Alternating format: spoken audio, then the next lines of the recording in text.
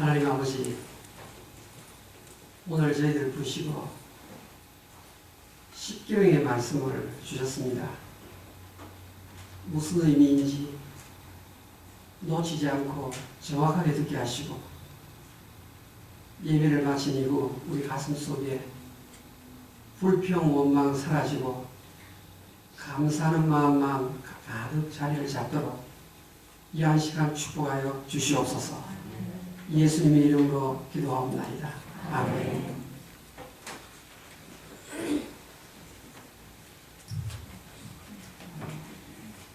제가 이 시간 드리는 몇 마디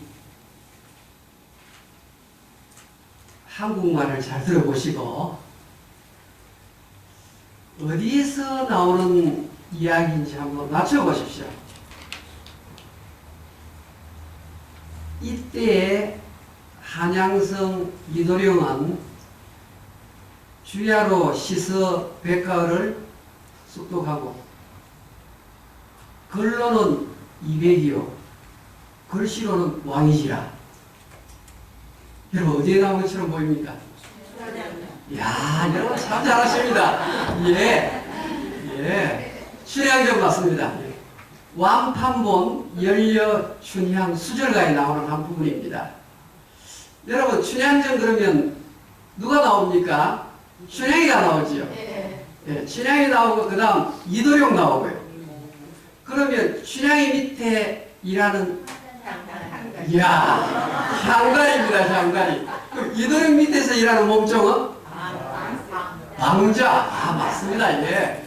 여러분 참 잘하시네요. 그런데요, 제가 조금 각색을 해보겠습니다.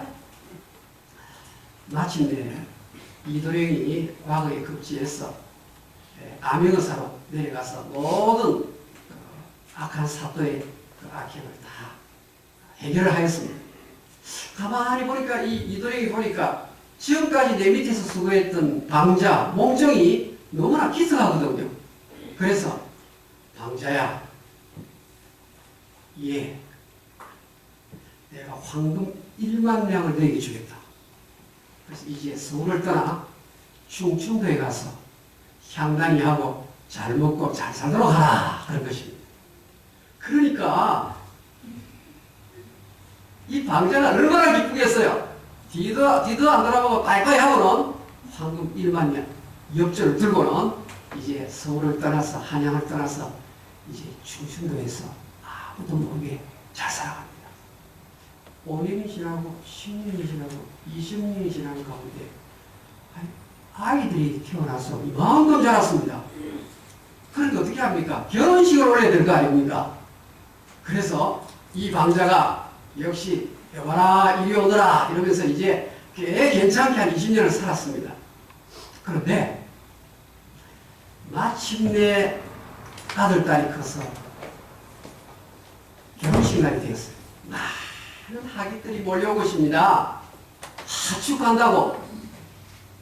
그런데 남대없이 어떤 사람이 딱 결혼식에 와서는 아니 자네 이도령 밑에서 일하던 몸종 방장 아닌가?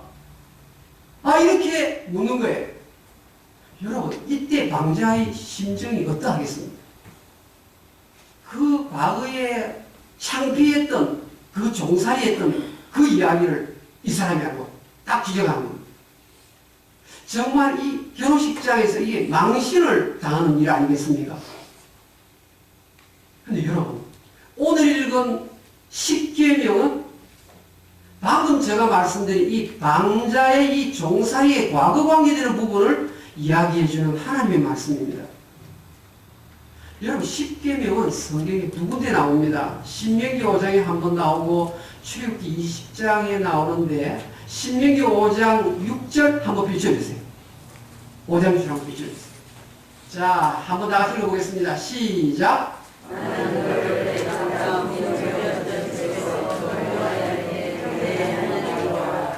여러분 이 십계명은요 요즘 말하면 이스라엘의 헌법과 같은 것입니다. 헌법과 같은 것. 제가 한번 세계 여러 나라의 헌법을 찾아봤어요. 일본 헌법 찾아보고 중국 헌법 찾아보고 그 다음에 북한의 헌법도 한번 찾아보고 그 다음에 독일 헌법도 찾아보고 그 다음에 대한민국 헌법도 찾아보았어요. 여러분, 이 헌법마다 앞에 서문이 있어요. 헌법에 전문이 있다는 말입니다. 근데 오늘 지금 신명기 5장 6절 조금 전에 읽었던 구절은 본격적인 헌법 들어가기 전에 서문이에요. 서문. 중국 헌법을 보면요, 손문 박사님의 가르침을 쫓아, 여러분, 이 중국 헌법 서문이에요. 이 손문 선생님이 중국에서 대단한 분이에요. 그래서 중국 헌법 서문에 그 손문 박사님의 가르침을 쫓아서 이런 내용이 들어있어요. 네, 여러분, 북한 헌법 어떨까요? 민족의 위대한 수령이시여 태양이신 김일성 동지의 뜻을 좇아 이래 나와요. 이야, 정말 세상에 이런 헌법이 다 있구나. 북한 헌법 찾아보시면 그게 나옵니다. 대한민국 헌법 서문은 어떤 것이 있을까요? 유구한 역사와 찬란한 전통을 이어받은 우리 대한민국은 이래가지고 나오는데 3.1운동 정신과 4.19 이념을 쫓아 이래 나와요. 근데 여러분, 헌법마다 서문에 그런 것이 왜 적혀 있을까요? 헌법의 서문은 자랑할 만한 것, 좋은 것, 빛나는 전통의 역사, 유구한 역사, 이런 것을 막 서문에 갖다 놓는 거예요. 근데 오늘 읽은 이스라엘의 헌법에 해당되는 십계명 서문에 무엇이 나오는가 하면 너희들은 애굽에 종살이를 했던 자다. 지금 이 십계명은요, 이스라엘 백성들이 마을에 모임이 있을 때마다 전부 다 일어서서 읽는 내용입니다. 십계명 집에서 읽는 거 아니에요. 오늘날도 유대 회당에 가서 주이시 템플에 들어가시면 이 십계명 전문을 읽어요. 전부 다 일어나. 보세요. 세계 어느 나라의 헌법마다 서문은 좋은 것만 기록해 놓는데, 아니 왜 이스라엘이 헌법에 해당되는 이 십계명 서문에 이렇게 종살이한 내용, 창피한 내용, 망신스러운 내용을 왜 적어 놓았을까요? 이 십계명은 국가 행사가 있을 때도 십계명을 합니다. 그래서 세계 여러 나라에 대사가 오고, 여러분, 외국 사절단이 왔을 때도 이 십계명을 읽습니다. 자, 보세요. 하나님에 대해서 우리가 알고 있는 내용, 하나님은 온 우주를 만드신 하나님이시다. 얼마나 좋아요. 십계명 딱 시작할 때 하나님은 온 만물을 통치하시는 만왕의 왕, 만주의 주인이시다. 이러면 십계명 서문 넣을 때 폼이 나잖아요. 그런데 하나님께서 이상하게 십계명 서문을 기록을 하는데 너희는 애국에서 종살이를 했던 민족이다. 그런데 내가 그 땅에서 너희들을 끄집어낸 여호와 하나님이다. 아니 하나님이 왜 하필 이런 망신스러운 내용을 전문에다가 기록하시고 그것을 우리로 하여금 기억하라고 요구를 하실까요?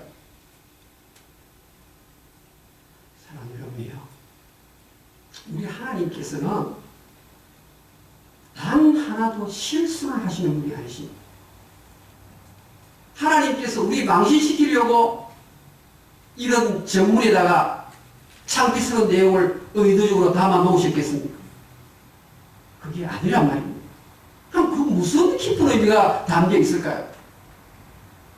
여러분, 애굽에서 종살이를 이스라엘 백성들이 몇 년을 했는가 하면 430년을 종살이했습니다. 430년. 그러니까 430년을 종살이했다는 말은 머리에서 발끝까지 자손대대로 종에 대한 의식이 가득 차 있는 거예요. 희망이라고 찾아볼 수 없는 사람들이었어요. 그런데 하나님께서 일방적으로 원하셔서 430년 종살이하는 이스라엘 백성들을 출애굽시킨 것입니다. 출애굽을 시키셨어요. 그럼 보세요. 때 바다를 드라이레인, 마른 땅처럼 아스팔트 길처럼 바꾸어가지고 이스라엘 백성들이 빠져나온 거예요. 근데 빠져나올 때 이스라엘 백성들이 빈털터리로 나온 게 아닙니다. 나올 때요, 이스라엘 백성들이 나올 때 애국 사람들이 가지고 있던 금목걸이, 금팔찌, 양, 소 전부 다 끌고 나왔습니다. 여러분, 종살이하던 노예가 430년 동안 애국 밑에서 압제 속에서 고통 속에서 지냈던 사람들이 무슨 수로 검은 폐부를 걸치고 소와 양을 이끌고 나올 수가 있었겠습니까? 이것은 전적으로 하나님의 은혜입니다. 전적으로 하나님의 능력입니다. 하나님이 아니고는 하실 수가 없는 일이에요.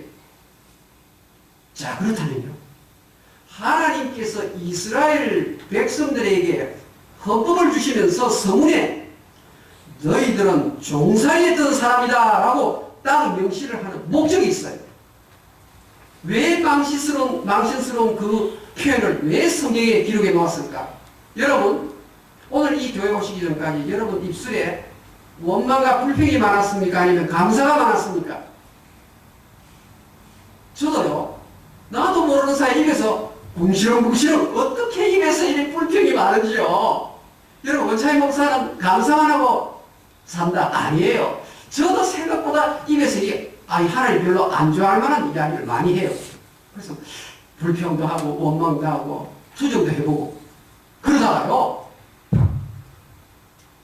나의 원래 상태가 어떤 자리였는지를 생각을 했습니다. 나의 원래의 상태가 어떤 상태였는지. 여러분, 제 원래 상태는요, 여러분, 칠성파하면 조폭이에요. 이 조폭의 이론이 되기 딱 좋은 장소에서 제가 자랐어요. 얼마 전에 한국일보 신문 났는데 조폭 2대 한모모 씨가 붙잡혔다고 그러죠. 그 한모모 씨는 제 남매 동생의 친구예요. 여러분, 칠성파는요, 그 자갈치 시장과 그 남포동, 광복동, 영도를 관할하는 이 부산의 최고의 깡패 조직입니다. 여러분, 그 자갈시장에 그 소금 팔고 멸치 파시는 분 지나가면서 전부 다 돈을 받습니다. 10원씩 전부 다 받아요. 오늘 장사 판이 없어가지고 이게 돈을 제때 못 주면 3번까지 다 유예를 해줘요. 3번 연기를 하면 그 다음부터 장사 못해요. 자갈시장에 그 많은 사람들 전부 다 일종의 마피아처럼 다 돈을 그분들이 다 관리를 했어요. 제 동생의 친구들이 전부 다 자라가지고 칠성파 이론이에요. 제 동생이 영도 경찰서에서 오래 근무를 하는데 친구들을 잡아가지고 납니다. 여러분, 제가 제 원래 자리가 어떤 자리였는데 지금 이렇게 되었다고 생각을 하면 제가 입에서 불평이 나왔다가도 쏙 들어갑니다. 왜? 내 원래 자리가 그런 자리. 여러분, 지금 원망을 많이 하시죠. 때때로 짜증과 불평을 내시죠. 원래 여러분의 자리가 어디였는지를 한번 생각해 보십시오. 하나님께서 이스라엘 백성들에게 너희의 원래 자리는 방자 자리였다는 겁니다. 방자 자리. 너희들이 황금 1만 양을 가지고 이만큼 자녀를 결혼시키고 이렇게 지내는데 따지고 보면 너희는 종살이했던 사람이라는 겁니다. 여러분, 이스라엘에 사울이라는 왕이 있었습니다. 이 사울이 하나님의 은혜로 이스라엘의 왕이 되었습니다. 근데 처음에 왕으로 부름을 받을 때는요, 사울이 진보다리 밑에서 얼굴을 파묻었습니다. 그만큼 겸손했어요.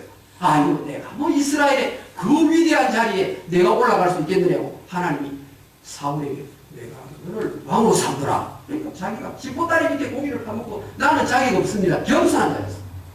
그런데 왕이 되고 나니까 자기 원래 자리를 송두리째 잊어버린 거예요. 그리고 나서는 하나님을 제쳐놓고 자기가 뭐죠? 예배도 다 드리고 제사장이 하는 일인데 월권을 하는 거예요.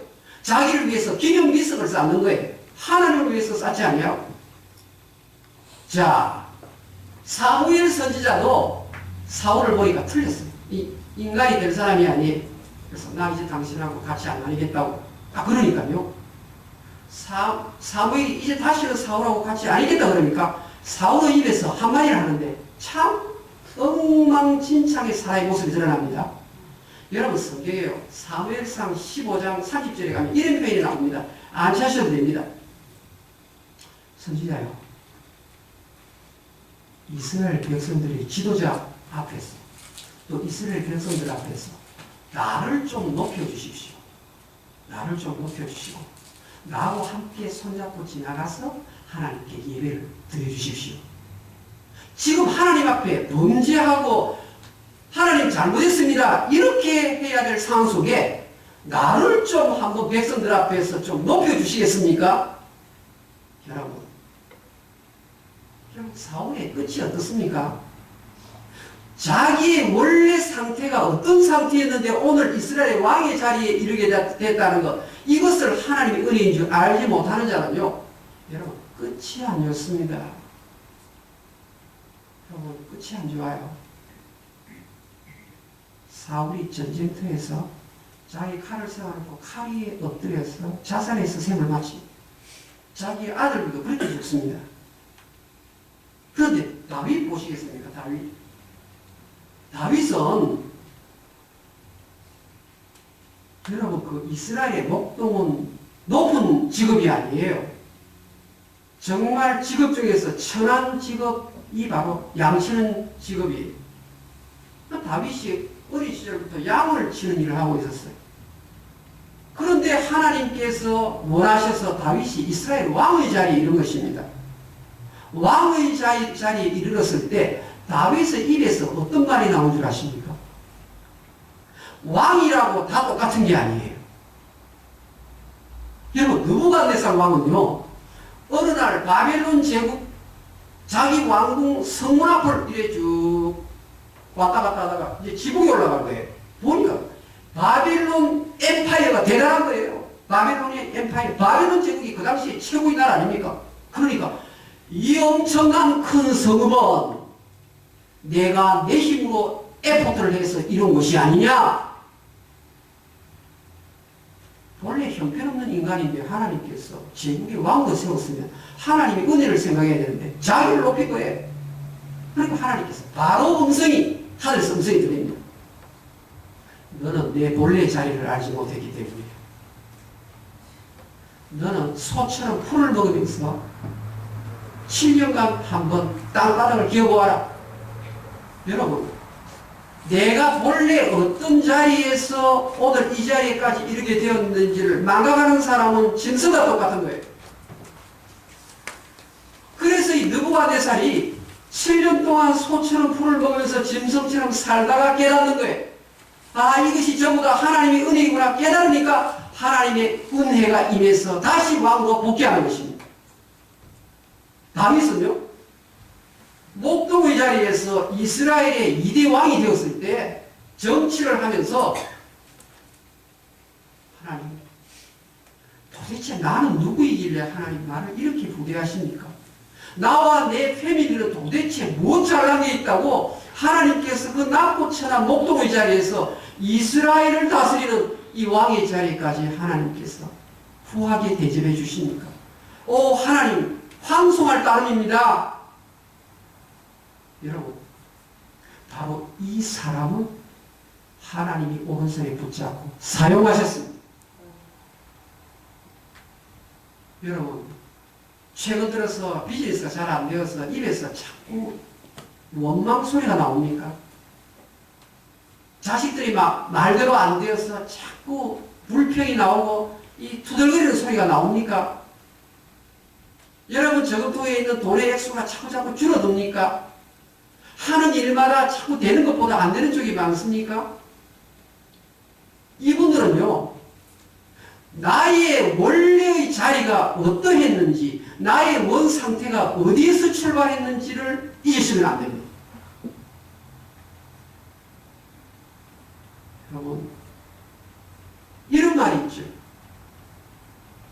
물에 빠진 사람 건져 놓았더니 뭐 내놔라?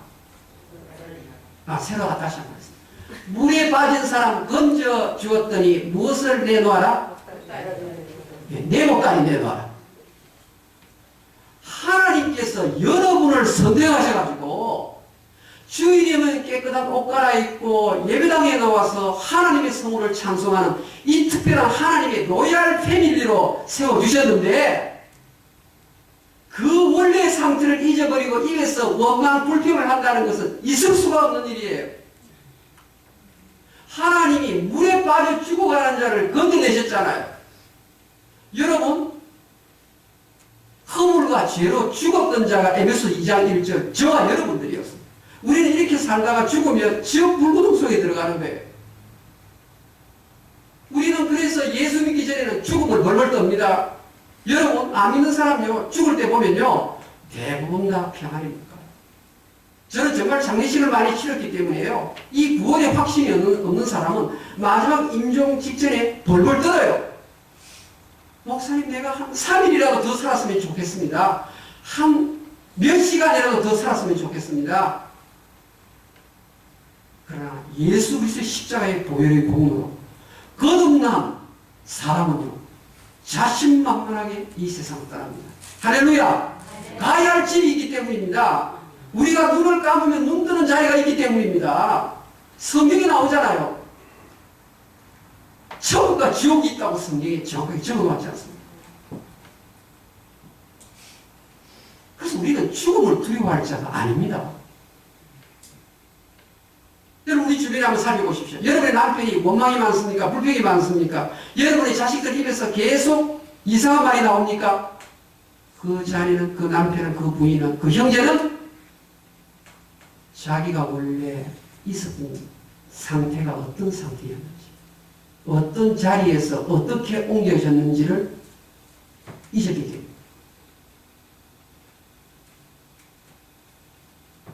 여러분이 나의 원래의 상태를 기억하시기만 한다면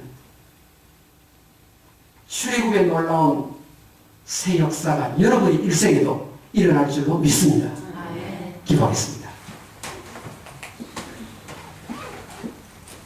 하나님 아버지, 오늘 시kim